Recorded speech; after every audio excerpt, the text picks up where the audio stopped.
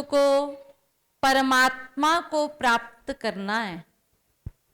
जिसने ये शरीर पाकर ईश्वर को जानने का प्रयास नहीं किया, ईश्वर को प्राप्त करने का प्रयास नहीं किया, शास्त्र कहते हैं पुनरपि जननम पुनरपि मरणम पुनरपि जननी जठरे शयनम इह संसारे खलु दोस्तारे कृपया पारे पाहि मुरारे।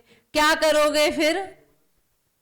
पैदा होगे, मरोगे, ये क्रम है। आप ये मत सोचना आप मनुष्य शरीर में आए हो तो इसमें पैदा होएंगे, मरेंगे। 84 लाख योनियों में से किसी भी योनि में जाओगे तो यही क्रम है। पैदा होगे, मरोगे, फिर मां के गर्भ में जाके 9 महीने के लिए उल्टे टंगोगे। अगर इस शरीर को पाकर अपने लक्ष्य को यानी ईश्वर को नहीं पाया तो लक्ष्य किसको मिलेगा?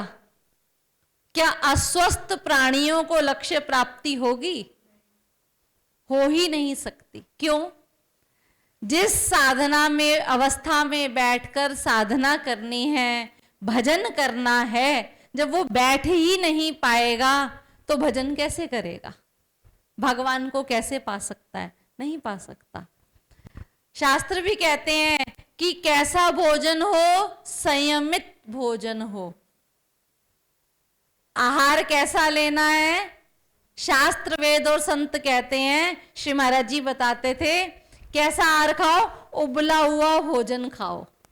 लेकिन उबला हुआ भोजन अगर कोई संत सलाह देंगे खाया करो बिना घी तेल मिर्च मसाले के, तो हमारी बुद्धि में समझ नहीं आता। लेकिन जब हम डॉक्टर के पास पहुंच जाएंगे, वो आपको बताएगा आप हार्ट पेशेंट हो गए, कल से घी नहीं खाओगे, बीपी बढ़ गया नमक नहीं खाओगे, शुगर हो गई तो चीनी नहीं खाओगे, तब हमारी सब समझ में आता है। लेकिन उससे पहले ही समझना है, अस्वस्थ व्यक्ति ना संसार के काम का है ना भगवान के काम का है। ना भजन कर पाएगा वो, ना ग्रस्त में रहेगा, संसार में रहेगा, तो डॉक्टर के घर पैसे ही देता रह जाएगा, संसार को भी ठीक से भोग नहीं पाएगा। तो पहला सुख निरोगी काया।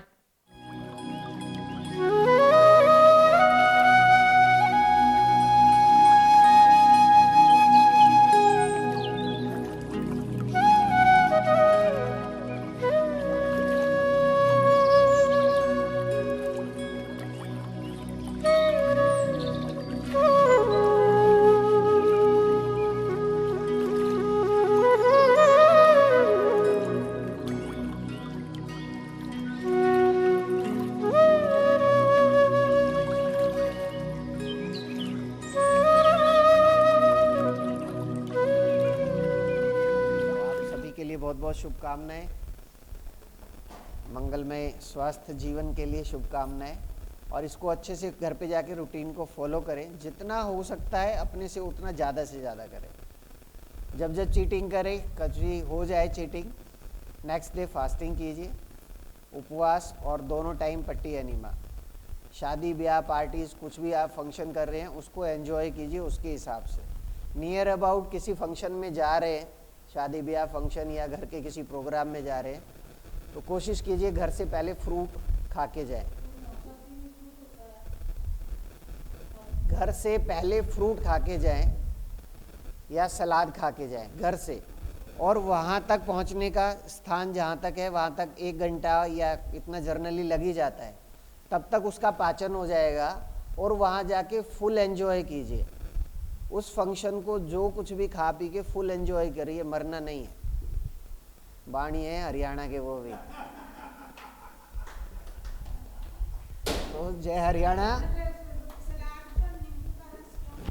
सलाद और नींबू पे जो है, सलाद पे नींबू और नमक की बात जो टेस्ट की करी जा रही है, क्यों नहीं डालना बताओ? और नींबू क्या करता है फिर? किससे? नींबू से क्या होता है? दोनों चीज बता दी, फिर खड़े होके पूछ रहे हो, फिर रह क्या गया? जब जानकारी है तो पूछ क्यों रहे हो? नींबू सिट्रिक एसिड है, सिट्रिक एसिड डाला, न्यूट्रिशन डेड हो गया, और नमक डाल दिया, पानी छोड़ दिया। अब जब सलाद खाने के बाद क्या मस्त वो पानी पीते हैं चटकार लेके, इसी में असली टेस्ट था, बाकी तो फल सलाद बेकार था। असली स्वाद तो लास्ट में था, जो एक चम्मच सूप पीते हैं ना उसका। लेकिन वो सिर्फ आप डेड सेल कंज्यूम कर रहे हैं, उसकी जो न्यूट्रिशन वैल्यू है वो हमें नहीं मिलेगी। रफेज का काम जरूर करेगा, पेट की सफाई का काम करेगा, आपके डाइजेशन का काम कर जाएगा नमक नींबू डाल के, ठीक है। वो रफेज जो है उसका वो मिल जाएगा, फाइबर मिल जाएगा, लेकिन जो न्यूट्रिशन है, जो मिनरल्स है, जो विटामिन्स है, प्रोटीन है, वो नहीं मिलेगा। इसलिए किसी भी फल के अंदर, किसी नमक सलाद के अंदर कोई भी नमक नींबू ऐड नहीं करना है, डायरेक्ट कंज्यूम कीजिए। ऐसे ही दूध के अंदर कभी मीठा मिला के मत पीजिए। मीठा मिलाएंगे तो नींद तो दे देगा, लेकिन जो उसके अंदर कैल्शियम, प्रोटीन, विटामिन डी की जो चीज़ है, B12 है, वो नहीं मिलेगा, ब्लॉक हो जाएगा।